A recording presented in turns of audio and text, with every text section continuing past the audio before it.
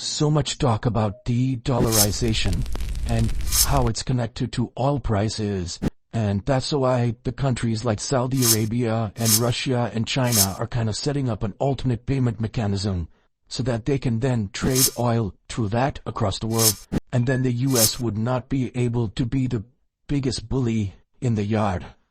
But, unfortunately, a de-dollarization is happening outside the oil ambit, and is happening in a really cool way, which you can see China did with Pakistan, and I'd go ahead to my previous videos to see what happened at Pakistan.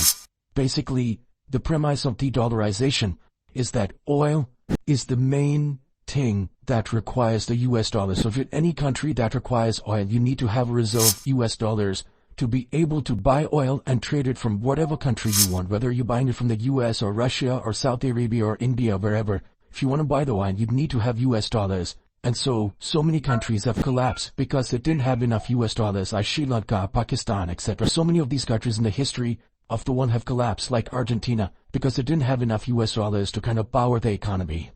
Now, here's the amazing thing. China has been basically decarbonizing economies across the world, like how they did in Pakistan and how they're doing it for their own country. And that's how de-dollarization is actually going to happen, because when countries don't need oil at all, you also won't need US dollars to do the trading, to keep your country running, and have enough energy to power your economy. So this is really a thing that people haven't noticed, but it is definitely happening, and China is the real master of this game.